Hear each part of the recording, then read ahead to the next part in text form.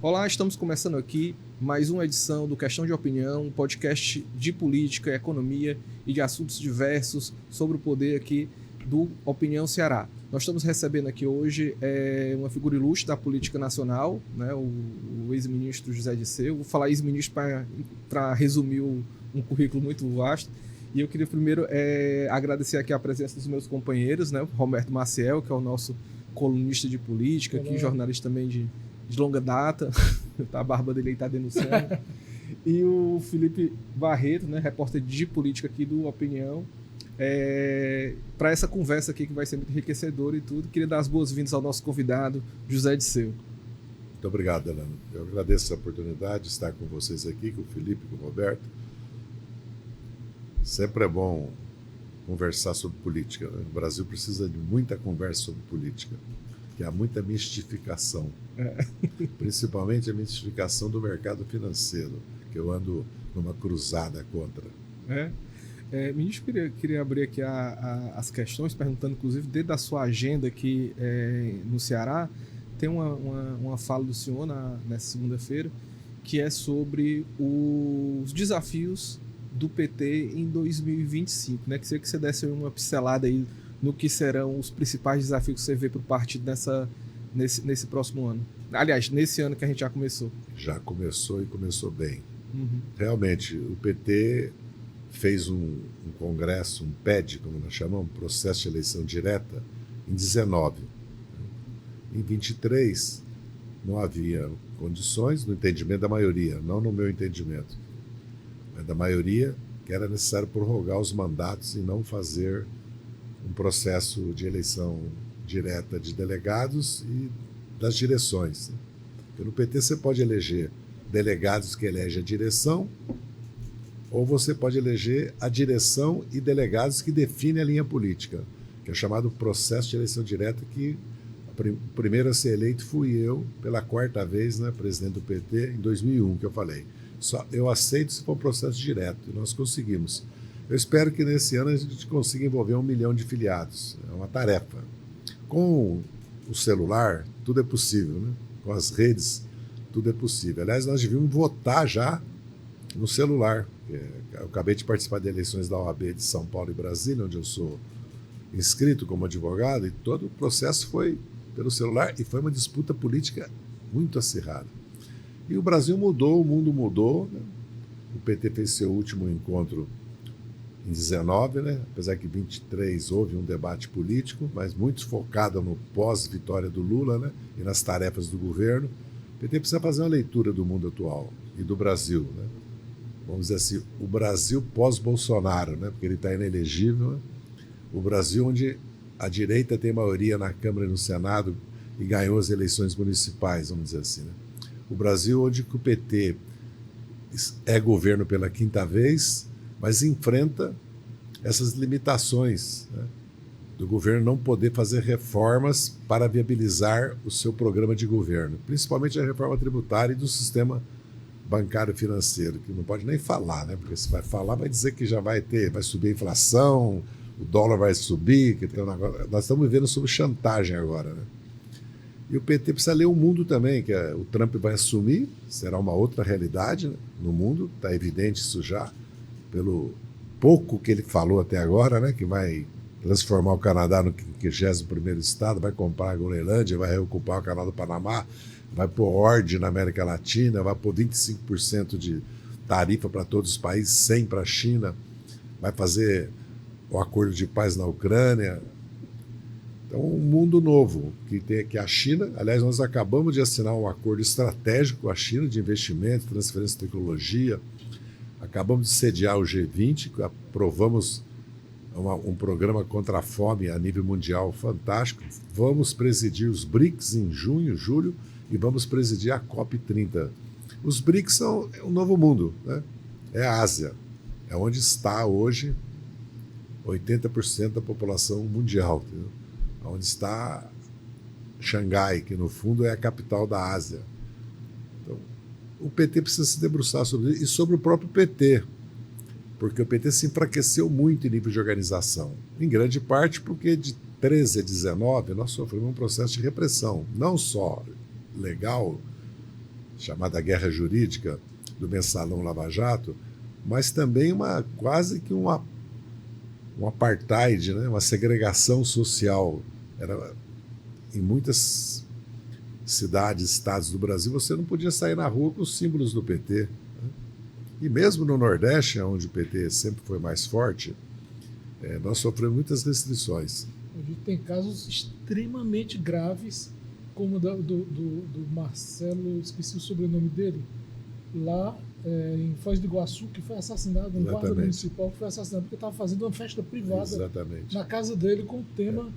O bolsonarismo agravou muito isso. Outra coisa, nós passamos o governo Bolsonaro sobre repressão, sobre sanções, inclusive, muitas vezes. Né? Não foi um momento... Foi um momento de resistência. Primeiro, o golpe contra a Dilma. Depois, o processo sumário, político e legal que levou à condenação e à prisão do Lula. Então, o PT agora, de certa maneira, vai se reconstruir, né? Vai dar continuidade histórica ao partido, mas ele precisa voltar a ter sedes, porque nós perdemos, acho que mais da metade dos nossos diretórios de sede. Estamos reconstruindo. É preciso ter campanhas nacionais, é preciso filiar, fazer campanha de filiação, é preciso... Nós estamos muito atrasados nas redes. E as redes hoje é informação e formação política. Né? O debate político, em grande parte, se dá na imprensa escrita, como eu falava antes, né? E também no rádio e na televisão, mas se dá principalmente pelas redes. Então nós vamos nos dedicar muito a discutir a reorganização do PT também e a renovação geracional. O PT, há 12 anos atrás, aprovou a paridade de gênero e as cotas, né, para a juventude racial, para os povos indígenas, né, LGBTQIA+. O seu partido já superou isso já é uma coisa no PT resolvida. Mas é preciso se debruçar sobre a renovação do PT, porque a nossa geração, a geração que fundou o PT, está chegando aos 80 anos. Agora, em 26, a maioria de nós faz 80 anos. Alguns já fizeram, como o Rui Falcão, Olívio Dutra e outros. Um pouco a agenda do PT é essa. E o governo Lula, né?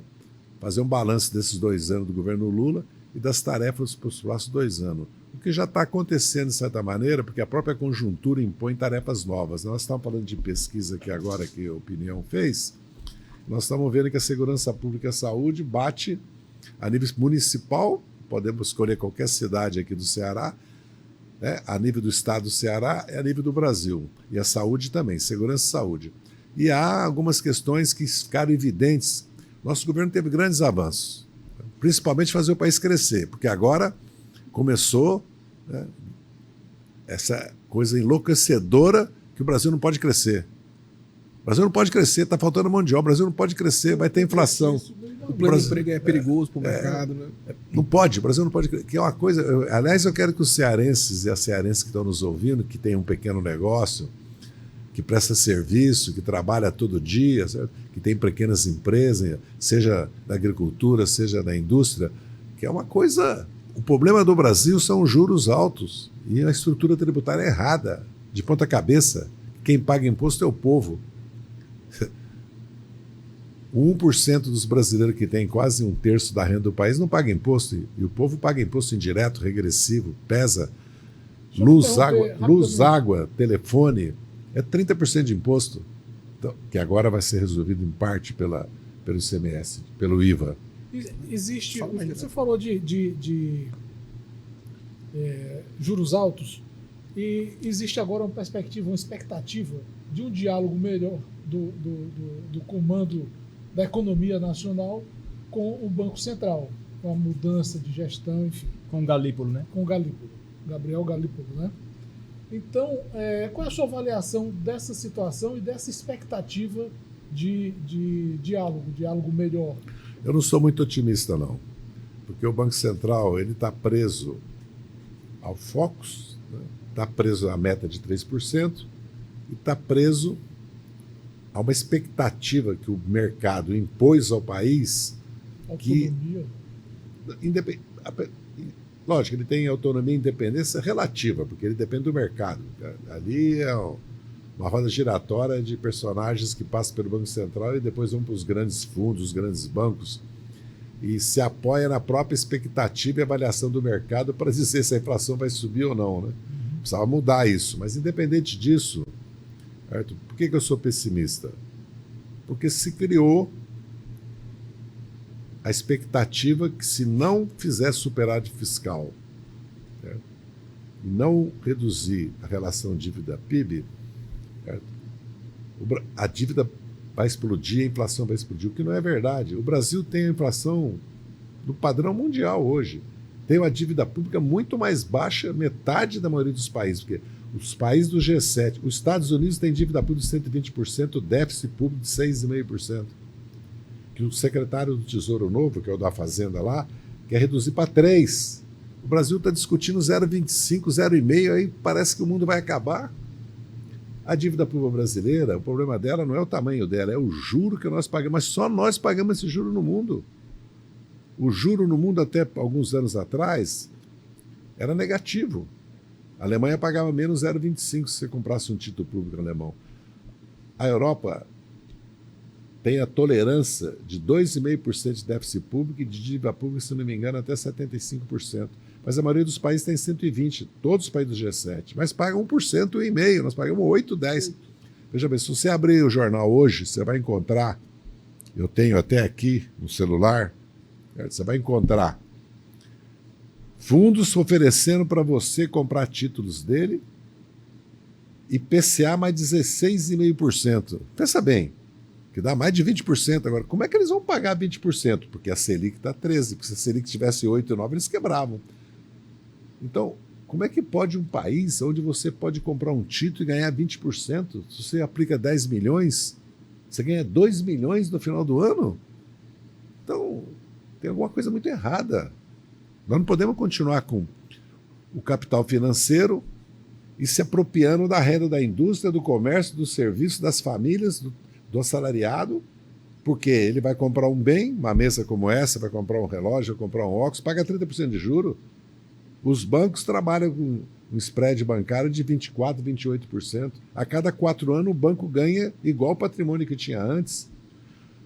A intermediação financeira é você que tem saldo emprestar para mim, que tenho déficit. E você me cobra a intermediação. Agora, se isso vira uma expropriação da riqueza minha para você, eu trabalho para o banco e não consigo pagar a dívida, porque os brasileiros hoje que devem cartão de crédito rotativo, nem sei se existe cheque especial ainda, né? Porque cheque já, né? Deve existir, mas ninguém usa. Né? Existe. Então, não se preocupe não. E mesmo você pensar que né? é 20% o juro no automóvel, 18%, 22%, isso de aumentar, de falar que vai aumentar o juro 3%, só pode ser para derrubar a atividade econômica, fazer uma recessão. Porque o que eles querem obrigar o governo a fazer. Veja bem, a Constituição de 88, ela fez a transição da ditadura para a democracia e ainda manteve o papel do Estado Nacional como um dos principais alavancas para o crescimento, desenvolvimento econômico e distribuição de renda. Porque manteve as empresas estatais, manteve os bancos públicos, né? E manteve um pacto político-democrático. E manteve um pacto social. O Pacto Nacional começou a desmontar com o Fernando Henrique, depois com o Temer e com o Bolsonaro. Eles privatizaram as estatais. Se deixasse, eles privatizavam a Petrobras. O Pacto Social eles querem romper agora. Porque o político eles romperam com o golpe do Temer e com a tentativa do Bolsonaro de impor uma ditadura no país. E ficou o Pacto Social. Agora eles querem que o governo corte Bolsa Família, BPC, salário mínimo, previdência, saúde, educação, abono salarial, para economizar 5% do PIB, que são 500 bilhões de reais. Para ter superávit de 3%, para equilibrar a dívida pública PIB. Mas se o PIB crescer 3,5% ao ano, a dívida pública estabiliza. Se você conseguir manter a inflação nos padrões que nós estamos mantendo, entre 4% e 5%. Porque na Europa e nos Estados Unidos não consta do núcleo da inflação energia e alimentos. Se você abrir os jornais espanhóis, depois de vários anos a Espanha vai voltar a cobrar IVA. de alimentos e energia, que é 30% do custo. Os Estados Unidos a Europa toda está subsidiando a energia. O que está acontecendo no mundo? Os países estão procurando ser soberanos em energia e alimentação. O Brasil é naturalmente, pelo que nós construímos nesses últimos 100 anos, soberano em alimentação, falta alimento por pobreza, por falta de a renda é muito concentrada, não porque é falta de comida. E energia limpa. Mas não temos soberania tecnológica e financeira. O Brasil é um país aberto financeiramente. Você pode pegar dinheiro no exterior a 1% e emprestar aqui a 10%. Você pode especular com dólar no futuro em real, não em dólar. Então é uma ficção. Uma parte do mercado é uma ficção. E nós já vimos quebrar em 2008 e 2009 o mundo, por causa do mercado financeiro americano. Já vimos quebrar em 11 e 12. E aqui nesse país, quem salvou o mercado financeiro foi o Proer, foi o Estado brasileiro, fomos nós, que arcamos com o prejuízo do Proer. Fomos nós que... Então criou-se a mistificação que o Estado não tem importância na promoção. Felizmente, hoje, a Confederação Nacional da Indústria chamou o país a um pacto nacional pelo crescimento e desenvolvimento. Porque se o Trump fizer o que ele está falando que vai fazer, lógico que vai mudar o mundo completamente. Como, aliás, o mundo mudou nos últimos 20 anos, né? Da China, da Índia, da Rússia, do Irã, da Turquia, agora vem a Nigéria. Objetivamente, o Trump teria condições de fazer isso? Eu falo isso porque a balança, vamos dizer assim, a balança geopolítica, ela tem do outro lado, por exemplo, a China, que daqui a pouquinho não vai fazer muito tempo, não vai ser necessário muito tempo, a economia chinesa deve superar a dos Estados Unidos, pelo menos são essas as expectativas que estão sendo colocadas. Ele está tentando vencer uma batalha que ele perdeu, os Estados Unidos perdeu a batalha, porque existe uma realidade que é a Ásia, que é um mundo, né, 80% da população está lá, e que Xangai é a capital da Ásia, a Índia e a China são quase 40% da população mundial, pela força do dólar e pela força das sanções, das tarifas. No fundo, ele quer desvalorizar o dólar, como ele fez com o Japão, um acordo de plaza, o Reagan fez, e obrigou o Japão a aceitar. O Japão estava ganhando. Vocês se lembram que no começo da década de 80, o Japão ia passar os Estados Unidos, o Japão era a nova potência do mundo. Os americanos obrigaram o Japão a fazer uma valorização da sua moeda. Agora ele está repetindo isso. Ele, quando ele fala que vai pôr 100% de tarifa, a China já está tomando medidas contra já. Ele acha que a China vai aceitar isso. A China não vai aceitar isso. E não tem volta essa roda da história mais. Né? Mas ele, internamente, também vai ter obstáculos. Ele vai aumentar os preços nos Estados Unidos, ele vai impedir. A economia americana e europeia não vive sem imigrante. Não vive sem imigrante. Aliás, o imigrante é uma das forças do crescimento dos Estados Unidos, segundo o FMI. É os 5 trilhões que eles imprimiram, a inovação que eles puseram, quase 30% disso em inovação, a indústria militar, o protecionismo e 1,5 milhão de imigrantes que entram legalmente nos Estados Unidos todos os anos. O problema que o Trump está discutindo não são esses 1,5 milhão. Está discutindo os 1,5 milhão, 2 milhões que entram a mais ilegalmente. Né? Que não tem muito retorno também, não. Porque ou desenvolve Honduras, Guatemala, Equador, Venezuela, ou é como a Europa. A Europa agora está pagando o preço do colonialismo, está pagando o preço da exploração dos recursos naturais, dos povos da África e da Ásia que eles fizeram, principalmente o norte da África, que está indo em peso e migrando para a Europa. E tanto é verdade que a imigração é uma força que, se você observar a política da Merkel, ex-primeira-ministra da Alemanha, eles colocaram para dentro 2, 3 milhões de imigrantes. E já colocaram no ensino técnico profissional, já se integraram na sociedade, já deram toda a assistência social, que é uma força econômica.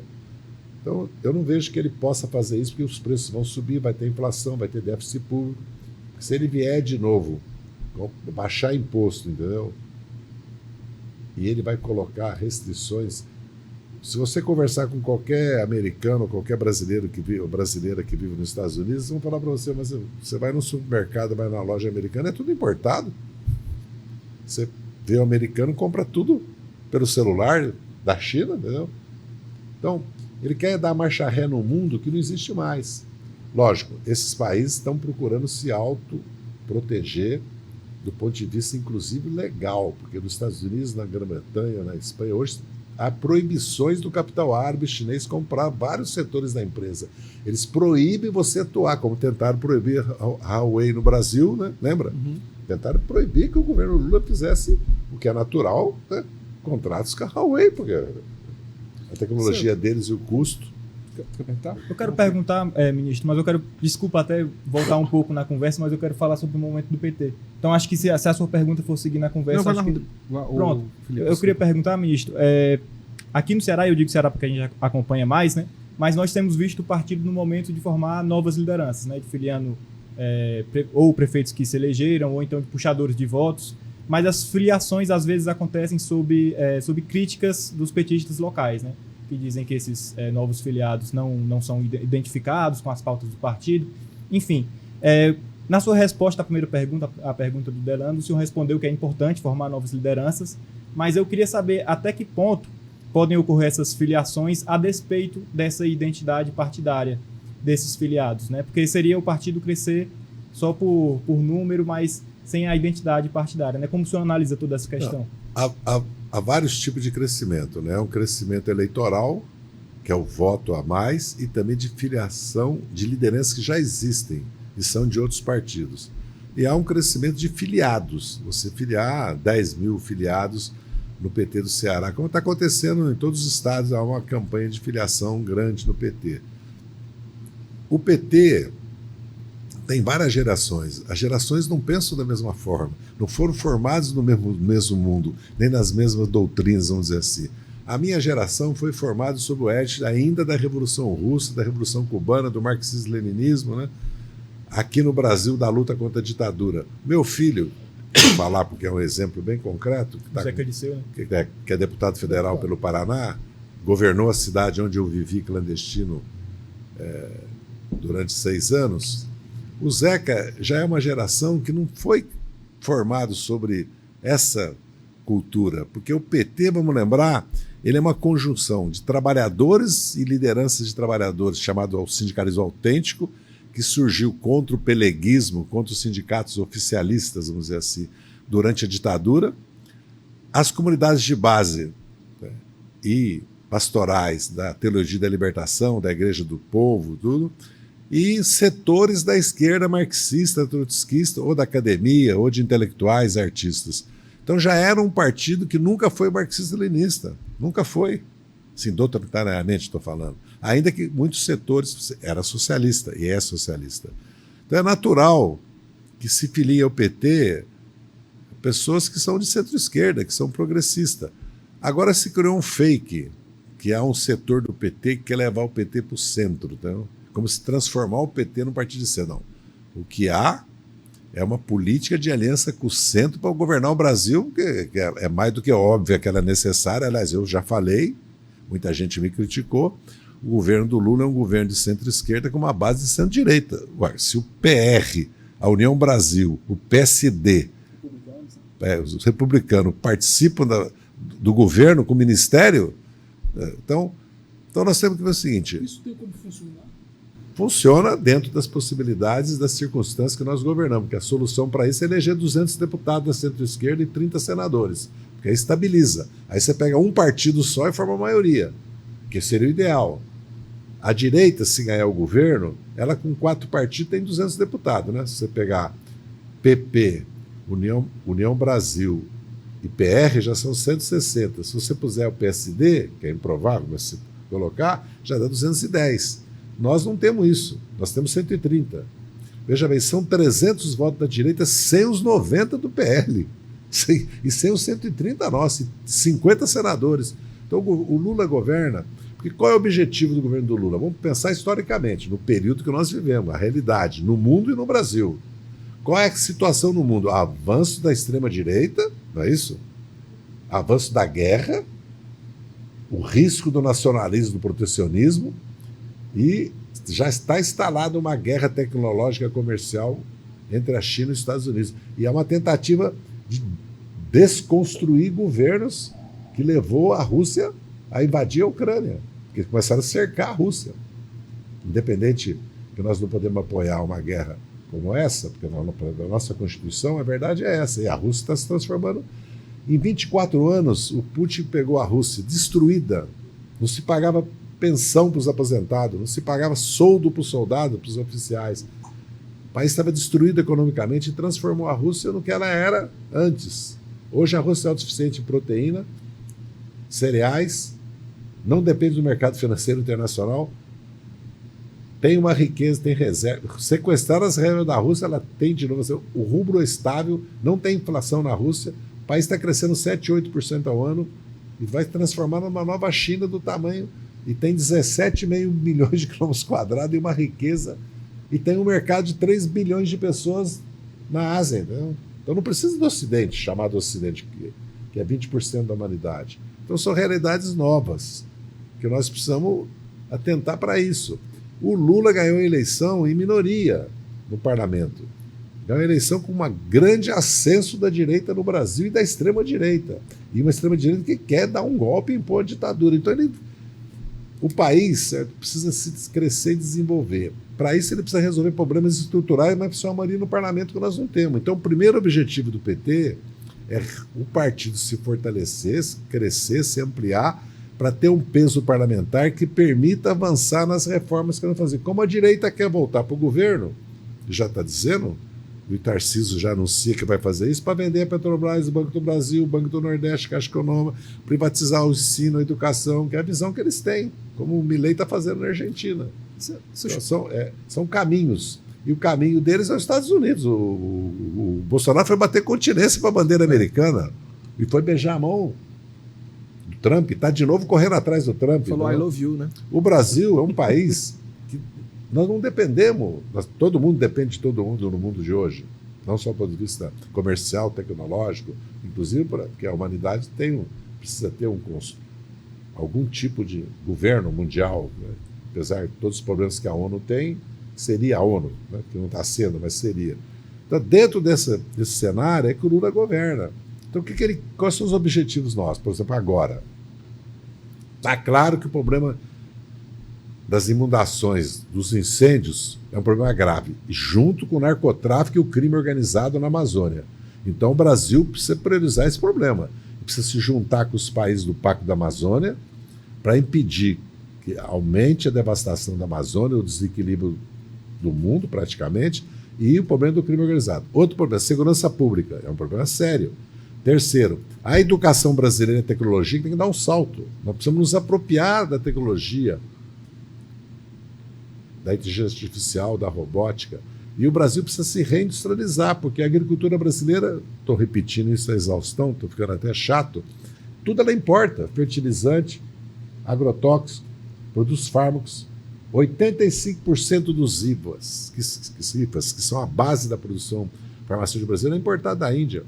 Quase todo fertilizante é importado. O Brasil tem um déficit de 50 bilhões de dólares na importação de produtos químicos. Nós importamos 50 bilhões a mais. Fármacos. O Brasil tem um complexo fármaco extraordinário. Aliás, agora vão vencer a patente de uma série de produtos que vai dar um salto. Então nós temos, por isso que o Lula lançou a nova Indústria Brasil, que é a inovação, evoluir da indústria mecânica para a indústria 4.0, né? E fortalecer esses setores na indústria química, que nós já temos, porque nós temos petróleo, vamos produzir 4, 5 milhões de barris de petróleo daqui a pouco, entendeu? E indústria de fármacos e máquinas e equipamentos, porque indústria nós temos, vamos olhar o Ceará, tem indústria têxtil, tem indústria de calçado, tem construção civil, tem o turismo, certo? Tem indústria metal mecânica, certo? Tem energia. Cada estado brasileiro tem um potencial industrial, não é só a agricultura, não é só a produção, que é importante, né? A pecuária ou a agricultura, tem uma força. E tem riquezas. Se você olhar a riqueza mineral do Ceará, você vai ver que como o Ceará, tirando até urânio, né? Então, o potencial que o Brasil tem para crescer é extraordinário. O Brasil tem tecnologia, o Brasil tem instituições científicas de primeiro mundo. Agora, nós não temos independência financeira. Nós abrimos o país de uma maneira tal que o capital financeiro tem força para impor políticas ao governo. Exato.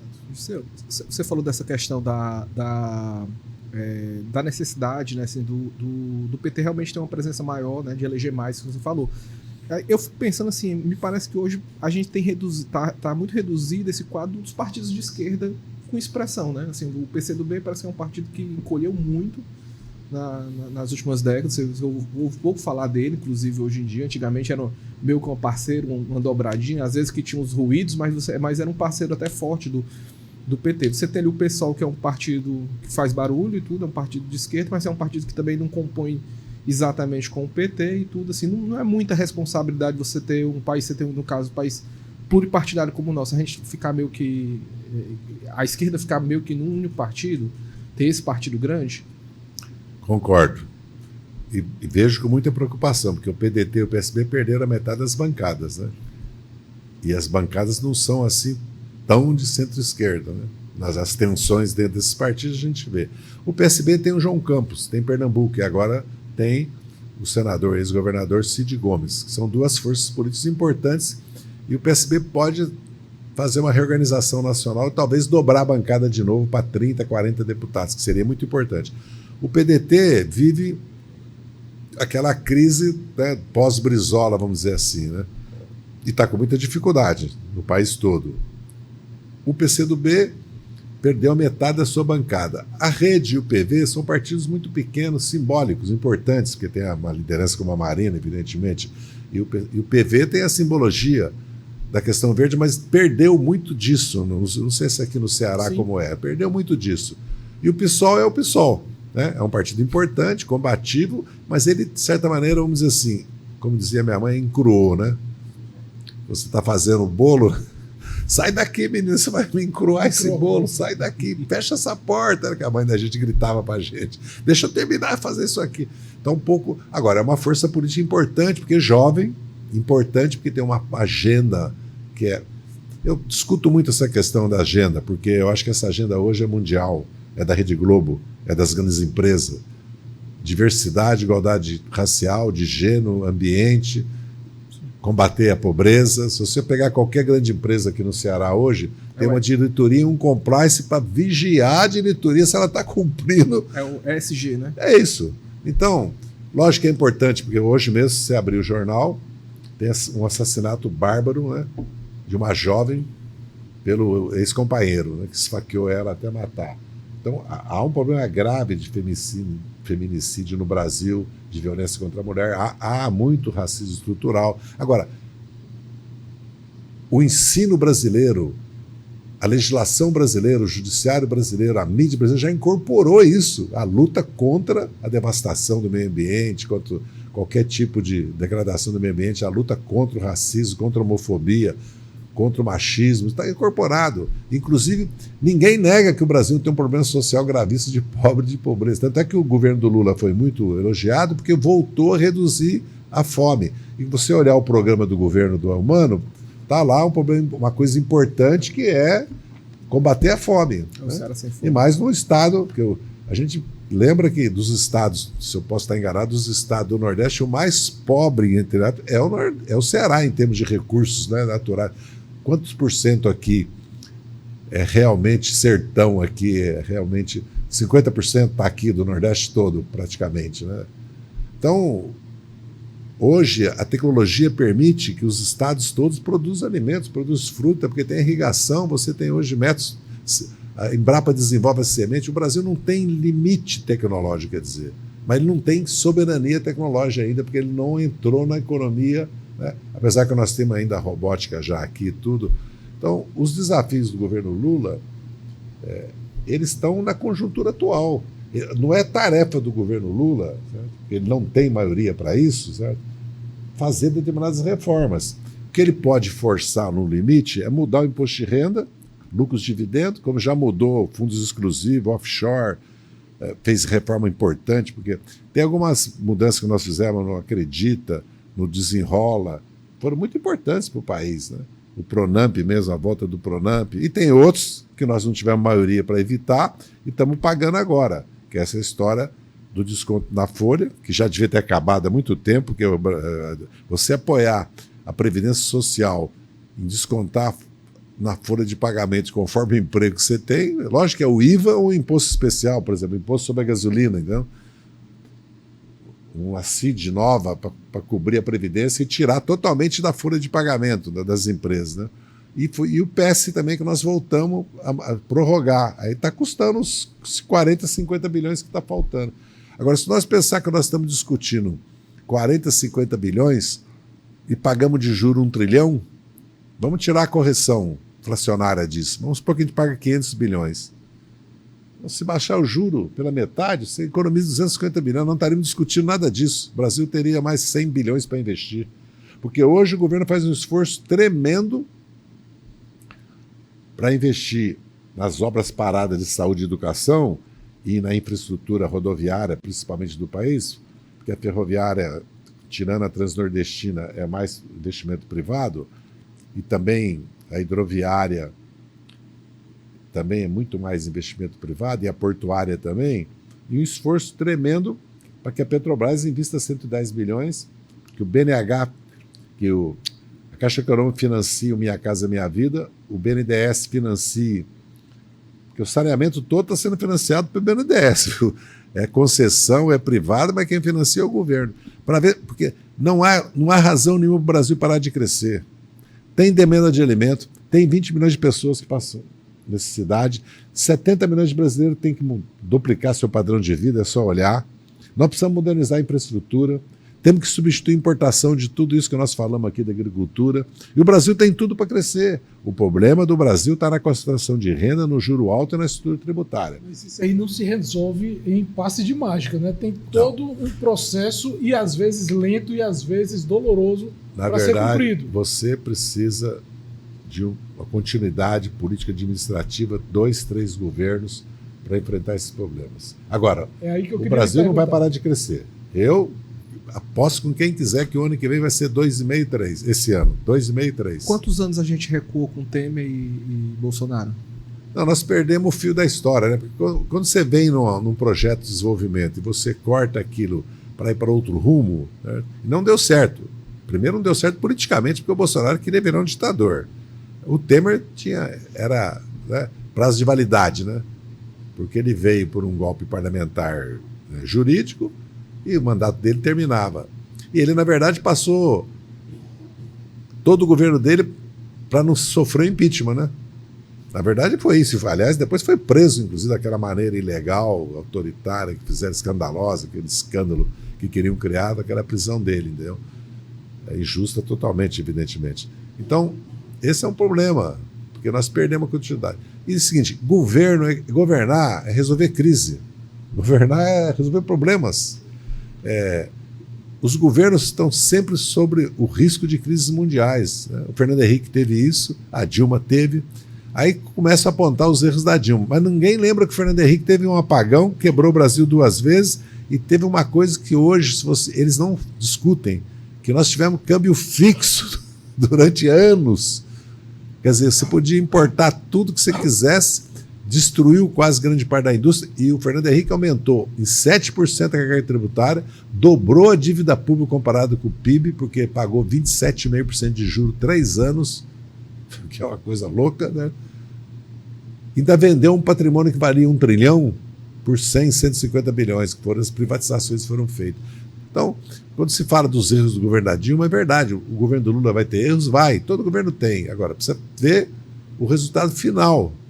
O Brasil pode crescer nos próximos anos sem parar 3, 4, 5% ao ano. Agora, precisa resolver, precisava ter um pacto nacional. Aí eu queria lhe perguntar o seguinte, nós temos hoje, nesta segunda-feira, dia 6, a sua palestra na sede do PT de Fortaleza sobre os desafios do Brasil, ou do PT, para 2025, para este ano de 2025.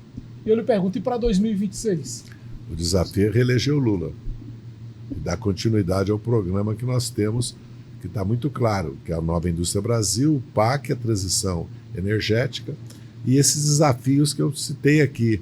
O problema climático, o problema da segurança pública, o problema da educação, que está avançando bem, porque Nós temos o pé de meia, temos o Instituto Técnico Federal, temos a educação integral, sabe?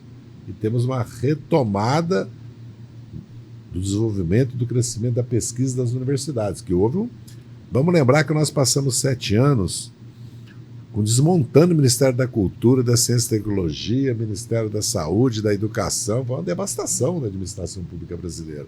Então, esse primeiro ano do governo do Lula foi quase uma reconstrução. O segundo, e agora o terceiro, que pode ser um avanço, mas as tarefas estão aí.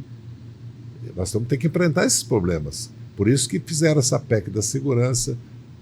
Nós não podemos tapar com o sol da peneira, né, com esses problemas da segurança pública, do crime organizado, né, do narcotráfico, esse problema da Amazônia, lá do Zé Monano, de Roraima, né, que foi quase 100 mil garimpeiros ilegais, né, tráfico de peixe, tráfico de droga, crime organizado. E precisamos modernizar, inclusive, a segurança pública. Por isso que essa PEC, que dá mais poder à Polícia Federal, reorganiza a Polícia Rodoviária para ser... Porque o Brasil não tem guarda costeira e não tem guarda de fronteira. Todos os países continentais têm guarda costeira e guarda de fronteira. Isso não é tarefa das Forças Armadas, não. Como a Calha Norte não era, o Nobral não era, o controle do espaço aéreo não é. Isso é civil. Nem as Forças Armadas pediu. Foi indo. Entendeu? Então o Brasil precisa reorganizar. E fugir, isso é muito grave, da ideia que se resolve o problema do crime matando jovens, indo para a periferia, matando 10, 15, 20, como acontece em São Paulo, até na Bahia, que nós governamos.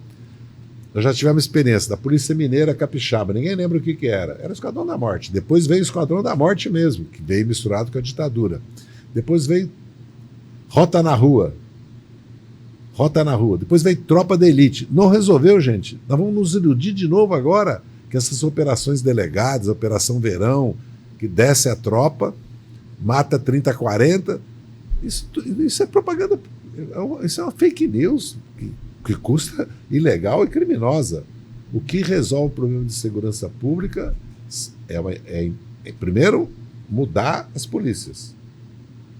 As polícias como estão hoje, elas precisam se integrar, ter inteligência e precisa ter política para os lugares aonde você está operando.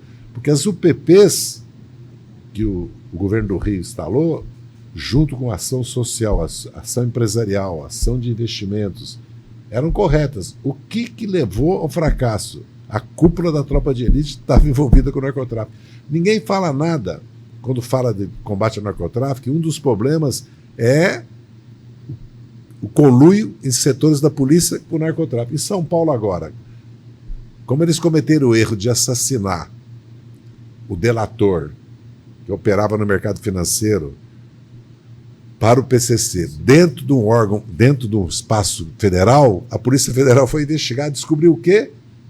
Quem são os principais envolvidos? Policiais civis e da Polícia Militar e da cúpula. E não é milhares, não, milhões de reais, 20 milhões para cá, 15 para lá, joias de 500 mil reais, de 1 milhão, casas de 5 milhões. Então, nós não podemos enganar a opinião pública que precisa de uma autorreforma das forças policiais, é inteligência. Vou dar um exemplo, que está aqui perto, em Teresina.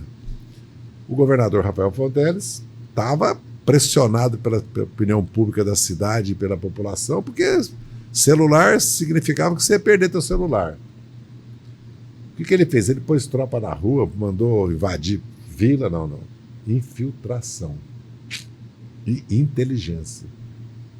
Passaram 6 meses, prendeu, caiu 70%, 80% do roubo de celular. Porque nós temos outra coisa, guerra contra o tráfico. O Reagan declarou nos Estados Unidos, gente, há 40 anos atrás, não deu em nada. Hoje morrem 150 mil americanos. Então, o problema da descriminalização de drogas, certo? Nós vamos ter que enfrentar esse problema. Não podemos legalizar as drogas, não é isso. Agora, eu fiquei preso bastante tempo, quase 40 meses no regime fechado, entre 2013 e 2019, do Mensalão e da Lava Jato. Metade dos presos por narcotráfico são usuários. Aí dá 17 anos para o cidadão. O cidadão tem casa, tem profissão, tem carro, tem família, o filho está na universidade. passou a usar droga, ficou devendo, foi transportar uma droga, foi preso, em vez de virar 1 ano de prisão, 2 anos de limpar a creche, trabalhar no serviço social, entendeu? Não, 17 anos. Como é que pode? Aí cria esse sistema penitenciário que vocês conhecem, o sistema penitenciário, como é que é. É o princípio. Outra coisa, qualquer política de segurança pública no Brasil tem que começar com a reforma do sistema penitenciário. Porque onde está a força do crime organizado hoje? No sistema penitenciário. Ou é mentira que eu estou falando? Por falar em sistema penitenciário, eu quero lhe fazer uma provocação. Existe alguma possibilidade, alguma expectativa de que se tenha Jair Bolsonaro preso ainda neste ano de 2025? Essa pergunta você tem que dirigir para o advogado dele e para o Supremo. Não estou lhe pedindo para fazer defesa do dele. ponto de vista estritamente legal, processual, ele vai responder perante o Supremo Tribunal Federal como eu respondi. Eu fui condenado e cumpri pena. Eu cumpri. Era semiaberto. O ministro Joaquim Barbosa, que era o relator, me impôs ilegalmente ficar no fechado. Eu fiquei 7 meses e 15 dias, depois 4 meses e meio no semiaberto. Fiquei no fechado e depois fiquei no aberto. Cumpri pena. Se ele for condenado no Supremo, ele vai cumprir pena. Né? Aí é uma questão, ele tem o devido processo legal, a presunção da inocência, o ônus da prova cabe ao Ministério Público, ele vai responder o processo. Ele já está inelegível e provavelmente ficará inelegível. E frente aos fatos, todos que já conhecemos, que são públicos, e já existem 300 e tantos condenados, não só ele, como o entorno dele, né? O general Braga Neto, o general Heleno, o general Paulo Ribeiro, Paulo Sérgio, e aí vai. O próprio Mauro Cid, que está preso, né? Agora o Mário Fernandes, né? Que está preso também. Então houve uma conspiração, houve uma tentativa de golpe, inclusive para assassinar o presidente, o vice-presidente e um ministro do Supremo. Imagina nós, os pobres mortais, o que ia acontecer. Não, na rua, depois, se dá um golpe, começa, né? Começa a caça, né? Já vimos isso aqui no Brasil, já vimos no Chile, na Argentina, na Bolívia, no Uruguai. Você esperava isso? Você não, passou, a minha avaliação... teve que deixar o país num contexto de ditadura militar. Me baniram e me expulsaram e caçaram a minha nacionalidade. Você imaginava, eu queria ficar, até que eu voltei, né? Você imaginava ter passado o que se passou? Não, de ver uma notícia dessa? Não, mas houve um erro, né? Que agora está se corrigindo. Não pode haver impunidade. Não pode haver impunidade. Não pode haver anistia no caso específico, entendeu? Pode haver anistia em certos períodos históricos. Infelizmente, a anistia no Brasil acabou anistiando também os torturadores, os assassinatos, as torturas, desaparecimento, que não só o único país que aconteceu foi aqui, e nenhum outro aconteceu isso na América Latina. Até na Guatemala, o general principal foi preso, tudo. Então nós viramos... Aliás, esse prêmio da Fernanda Torres, ainda estamos aqui do filme, essa obra fantástica do Walter Salles, entendeu? É, no fundo, um testemunho que nós não devemos anistiar e não devemos manter impunidade, porque custou muito para o país isso. Tanto é que custou que quase houve um golpe militar. Só não houve um golpe militar porque não havia condições internacionais, porque não havia apoio interno das classes médias, da mídia, do empresariado, nem da opinião pública do país. E não havia consenso dentro das Forças Armadas, não havia uma maioria das Forças Armadas para romper a legalidade. Felizmente, a maioria das Forças Armadas não se envolveu nisso. Né? Mas que houve a tentativa de golpe, houve. Não só a conspiração, e grave, né? Porque aqui era a Operação Punhal Verde Amarelo, entendeu? Isso nós já vimos no passado, isso, né? Lembra da crise do Parazar, que levou depois o Capitão Macaco, que era o Sérgio Macaco, denunciar, até porque o brigadeiro que foi afastado porque não compactuou é da minha cidade, Itamar Rocha. Por isso que eu lembro muito bem, que era chefe do Estado-Maior da Aeronáutica, entendeu? Nós já tivemos no passado o Silvio Frota, que queria dar um golpe no gás e fazer uma repressão generalizada. Houve listas para assassinar os líderes da oposição do MDB, em um certo momento, entre 81 e 85, que eu me lembro. Tanto é que eu voltei da clandestinidade, voltei à vida legal, fui anistiado, voltei para a faculdade, fui trabalhar, reorganizar minha vida, mas andei armado ainda uns 4 anos, com passaporte, dinheiro, ponto na fronteira, rota de fuga, tudo, porque eu falei, bem, Eu não posso ficar num país achando que... Porque vamos lembrar que eu era condenado à morte. Que aqueles que foram trocados pelo embaixador e voltassem para o país era para assassinar. Eu mesmo, só depois de 85, 86, que eu me senti seguro, quando eu fui candidato a deputado estadual, inclusive, que eu contei que eu tinha vivido clandestino no Brasil, porque eu não tinha contado... Ninguém sabia ainda que eu tinha vivido no Brasil clandestino. Eu mantive isso bastante reservado até quando eu vi que Tancredo foi eleito no colégio eleitoral, né? vai eleger uma constituinte, né? E até eu fui eleito deputado estadual constituinte por São Paulo, naquela eleição de 86. Mas você fez uma pergunta... Eu quero fazer uma pergunta, ministro, continuando sobre esse tema, né? O Bolsonaro, apesar de atualmente inelegível, ele fala que para 2026 ele é o plano A, B e C da direita, né? E a gente sabe também que mesmo caso ele não concorra, caso ele siga inelegível, ele deve apoiar alguém também desse campo, né? O Tarcísio já fala, o Caiado já fala. E essas candidaturas seriam possivelmente contra uma tentativa de reeleição do presidente Lula, né? Se criou aquela história que ele poderia não concorrer, mas as pessoas próximas a ele falam que ele vai ser o candidato, né? A reeleição ao Lula 4. E acho que já pensando nessa reeleição, o Lula deve anunciar em alguns dias, talvez algumas semanas, uma reforma nos ministros dele, né? Ali no primeiro escalão do governo dele, e deve começar com a comunicação, com a saída do Paulo Pimenta e a chegada do Sidônio, né? Que foi o marqueteiro da campanha vitoriosa dele. O senhor acredita que a comunicação do governo Lula deixou a desejar em mostrar realmente essas ações, esses avanços que o senhor citou, que ele teve sobre o governo dele agora, no seu terceiro mandato, para essa tentativa de reeleição? Veja bem, a questão da avaliação de governo hoje está muito influenciada pela posição política do eleitor, né? Porque 40% do eleitor vai dizer sempre que o governo do Lula não está bem, vai dizer sempre que o governo do Bolsonaro não está bem, porque no país está muito politizado. Não é que está polarizado, o país está politizado. Hoje, se você encontrar dois brasileiros ou brasileiras contra impostos, uma vai te dizer o seguinte: sou contra imposto, não devia ter imposto, porque eu não quero nada do Estado, o Estado não me dá nada. O outro vai falar: eu quero pagar imposto, mas eu quero que o rico pague também. São duas posições políticas diferentes, entendeu? O Bolsonaro vai ter uma influência muito grande eleitoral, porque o bolsonarismo é uma força, 15%, 17%, 12%, 20%, tudo é muito forte. Como o Lula e o lulismo é uma força eleitoral muito grande. Ele não será candidato. A direita não tem um candidato para disputar com o Lula. O Tarcísio vai renunciar ao governo de São Paulo para disputar com o Lula?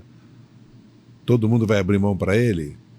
Nada indica, né? Então, quem tem problema hoje é a direita, porque a extrema-direita está com um problema que não tem como resolver. Bolsonaro não será candidato, ele pode apoiar. Conhecendo o Bolsonaro, não vai ser simples isso aí, né? Ele vai fazer tudo até o final para não apoiar, e aí ele vai ser obrigado, na última hora, quando o TSE falar que ele é inelegível, ou apoiar alguém ou lançar um candidato. Esse é o cenário. Do nosso lado, a tendência é o Lula ser o candidato e nós conformarmos uma aliança, ainda ampla, como a que nós formamos em 22.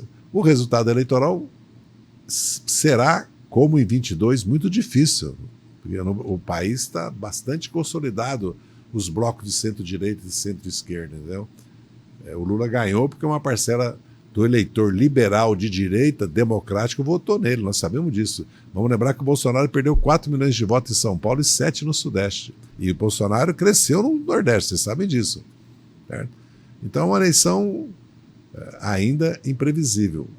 Improvável que o Lula não seja candidato. Teria alternativa? Teria. As pesquisas mesmo mostram. O Haddad venceria uma eleição no segundo turno pelas pesquisas hoje, certo? E já foi candidato. Se o Lula tivesse podido fazer campanha para ele da prisão, eu acho que ele teria ganho. Se fosse o Lula, seguramente ganharia. E tem outros nomes. Nós temos o Camilo Santana, o Rui Costa, o Jacques Wagner, o PT. Tem outros nomes que poderiam ser candidatos, entendeu? Então nós estamos numa posição... A nossa tarefa principal não é pensar em 26, é resolver 25. O PT se fazer o que é natural, porque venceu o mandato da atual direção, já foi prorrogado em 23, e o governo enfrentar esses problemas que as ruas estão gritando. Nós estamos com o problema dos preços de alimentícios, precisamos ter uma política agrícola nacional, fortalecer a agricultura familiar, porque o agronegócio produz para exportação. O agronegócio não produz para o mercado interno. Então nós temos que fortalecer. Para isso, o orçamento do MDA, do INCRA e da Conab tem que ter 5, 10 vezes maior, porque está no mínimo, mínimo, mínimo. São demandas. Porque se você olhar o restante da economia brasileira, se você pegar o valor econômico, abrir um caderninho, começar a tomar notas, faz só segunda, quarta e sexta. Certo? Não precisa pegar terça e quinta, não. Investimentos em cada área, você vai ver que o país vai crescer, que o país tem base para crescer.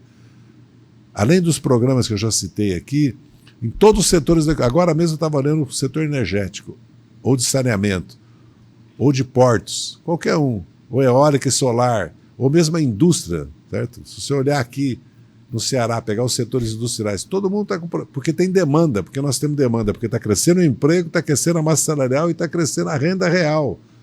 E tem o crédito, lógico, está inadimplente, tem muita dívida, mas tem que...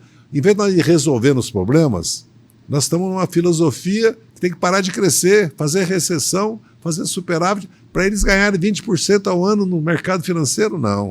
O Brasil não pode aceitar isso. Porque seria... Aí sim que fala... As futuras gerações, o futuro delas estaria sendo colocado em risco. Mas da performance do PT nessa última eleição, porque aí meio que também serve de termômetro para algumas coisas, tanto de avaliação, né? Porque tem, como você falou, como a gente vive nesse momento muito politizado, você falou dessas avaliações, isso acaba que reflete muito também nos municípios. Eu queria que você fizesse uma avaliação e falasse da importância dessa eleição de Fortaleza, né? Que teve para o partido. Só completando, o PT ele aumentou no número de prefeitos vitoriosos, né, de 2020 a 2024, mas nas capitais teve o destaque ali Fortaleza, que foi a única capital, né, a única capital em que o PT venceu. Não, vamos dizer assim, é o copo, né, meio vazio, meio cheio. Uhum. Se olhar para 20, o copo está meio cheio. Se olhar para que o PT teria que fazer, o copo está vazio, né? Nós crescemos comparado com 16 e 20, porque foi um período de muita repressão contra o partido, como eu já falei. Mas não crescemos o suficiente, nem aquilo que nós temos com base eleitoral. Em parte porque nós apoiamos candidatos de outros partidos, principalmente São Paulo e Rio. Em parte porque nós batemos na trave. Cuiabá, Natal, Teresina, batemos na trave. Em muitos lugares o PT fez 40% de voto, em cidades médias e grandes, né? Mas o resultado não foi bom para nós na cidade de mais de 100 mil, 200 mil habitantes, não foi bom nas capitais. A exceção é Fortaleza, e que foi uma eleição decidida por quantos mil votos? 10 mil? 10 mil votos. E assim é o Brasil hoje. Agora, o PT tem consciência, a própria direção do PT, a nossa presidenta Gleice, tudo, que nós temos que dar um salto, dobrar a votação. Nós já tivemos no passado para vereador, porque o que interessa é quantos votos você tem para vereador e para deputado federal. Deputado da Câmara dos Deputados, né? Porque o federal é o Senado. Nós tivemos o primeiro partido votado de 2002 até 2018 foi o PT para a Câmara. Em 22 o PL passou nós por 0,6. Isso não repetiu nas câmaras municipais. Né? Nós viemos bem, mas 16, 20 e não conseguimos recuperar em 22. Então nós temos uma tarefa enorme de refundar os diretórios do PT, as casas da cultura, os movimentos sociais, trabalhar com os jovens, com a cultura, né? E também de resolver essa questão entre nós e os cidadãos sobre a comunicação. Porque, vamos lembrar que o Bolsonaro fazia as lives de quinta-feira, o cercadinho, as motociatas e as manifestações. Certo? O Lula não tem feito isso. Então, quem é o grande comunicador? O Lula e o Bolsonaro, né? Que são os grandes comunicadores do país, tirando a mídia, evidentemente, que tem um papel importantíssimo, principalmente nas redes, as grandes techs, né? Está tudo muito manipulado hoje em dia, muito politizado, né? Tem lado, né, de direita, né? Vamos lembrar que as grandes techs todas operam para a direita e para a extrema-direita, né? Não são neutras as redes, né? Então o desafio é muito grande nesse sentido. Agora, nós temos consciência, que no PT todo mundo tem consciência que nós temos que avançar muito na organização do partido, na renovação, voltar para os territórios, mudar completamente nas redes a formação política e criar centros de pensamento, né? Como a direita tem esse Brasil paralelo, mas tem o ICL, que não é do PT, não tem relação com o PT, mas é uma coisa... progressista. pensamento está dentro, entendeu? Então tem um desafio grande aí. Agora, se nós olharmos para esses 2 anos, e as pesquisas mostram isso, né? Por exemplo, hoje a pesquisa mostra que 81% dos brasileiros condenam os atos de 8 de janeiro. Isso são avanços importantes, né? Porque, a não ser que a gente considere que não havia risco democrático no Brasil, há no mundo todo, porque não pode haver no Brasil, né? Não ia haver no Brasil. Bacana. Acho que queria agradecer a presença aqui do José Disseu nessa entrevista. Acho que não sei se algum dos colegas que ficou com alguma dúvidazinha aí. Queria agradecer em nome do Opinião CE, sua participação, em nome dos nossos ouvintes, do nosso público, dos nossos leitores também, que esse material também vai para hoje nesse universo multimídia, vai para as redes. E é isso. Eu te agradeço a oportunidade que vocês me deram de poder conversar com vocês hoje aqui. Falei até demais, né? Porque já faz 1 hora que eu estou falando. Né? Falei até demais. Esse é um defeito que eu tenho. Minhas filhas me cobram muito isso. Pai, mas é sinal de que tem muita coisa a falar, tem né? Muito assunto não falta aí. Pai, você fala demais. Mas estou com a família aqui. É a segunda vez que eu venho ao Ceará. Eu tive aqui em abril, em Cumbuco, né? Agora estou no Fortim, hospedado com os amigos aqui do Ceará. Né?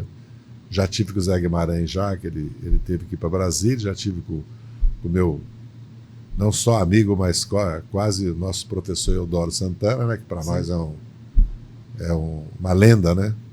E com o Camilo também. Já tive com o Eumano, porque eu fui no aniversário do nosso querido Inocêncio Uchoa, né?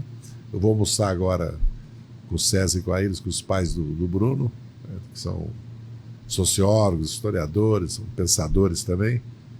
E devo ir para Maceió, dia 8, e para Salvador, dia 12. Depois voltar a trabalhar, né? Depois eu vou fazer uma viagem para os Emirates, para os Estados Árabes Unidos, né?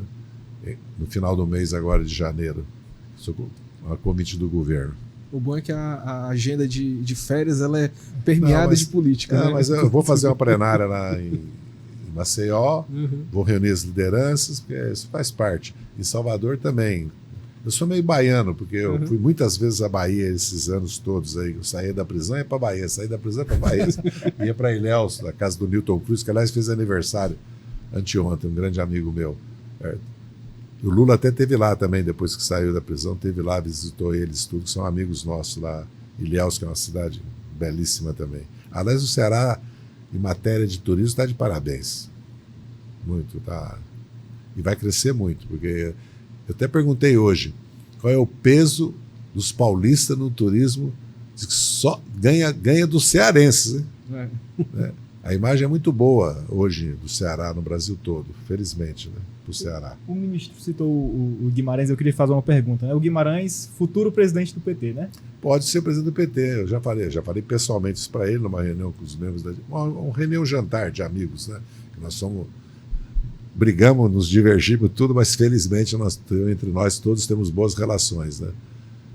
O Guimarães pode ser presidente do PT, certo? Como o Edinho pode ser, como o Humberto Costa pode ser. Tem que discutir a tarefa de cada um, o perfil, e tem que reunir maioria, né? É no voto, né?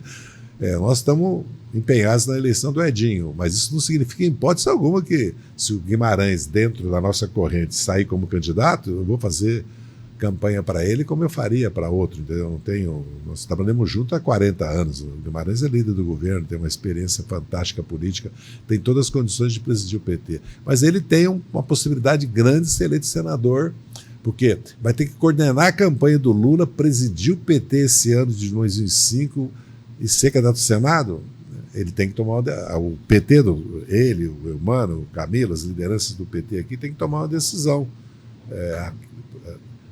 Nós vimos até conversar mais devagar, mas o presidente chamou ele, foi para Brasília, mas eu vou a Brasília na segunda quinzena de janeiro, aí eu vou sentar e conversar um pouco com ele. Mas o diálogo está bem, nós estamos conversando, eu tive com a Gleice, com os principais dirigentes do PT, 2 vezes na sede do PT, o Edinho também teve, e depois estive num jantar que me ofereceram, que eu moro no mesmo prédio, o Zeca, meu filho, mora no mesmo prédio que mora o Gilmar e a Gleide, o Gilmar é o secretário de Comunicações, deputado por São Paulo, e a Gleide, a tesoureira. Fizemos um jantar, conversamos muito sobre isso. Estamos conversando, estamos discutindo. Temos que esperar um pouco a reforma que o presidente fará, tudo indica que fará, né? E aí ver. as tarefas de cada um. Bacana. Queria É agradecer isso. demais, mais uma vez. Eu que agradeço. Mais E uma aí, vez. queria encerrar aqui agradecendo a audiência, né, que acompanhou a gente, e ficar ligado aí nas nossas redes sociais, nos nossos produtos, né, tanto audiovisuais, como na rádio, na web rádio que a gente tem, no site, todos os endereços estão aí, você pode seguir a gente, siga a gente, fique por dentro do que há de mais importante na política.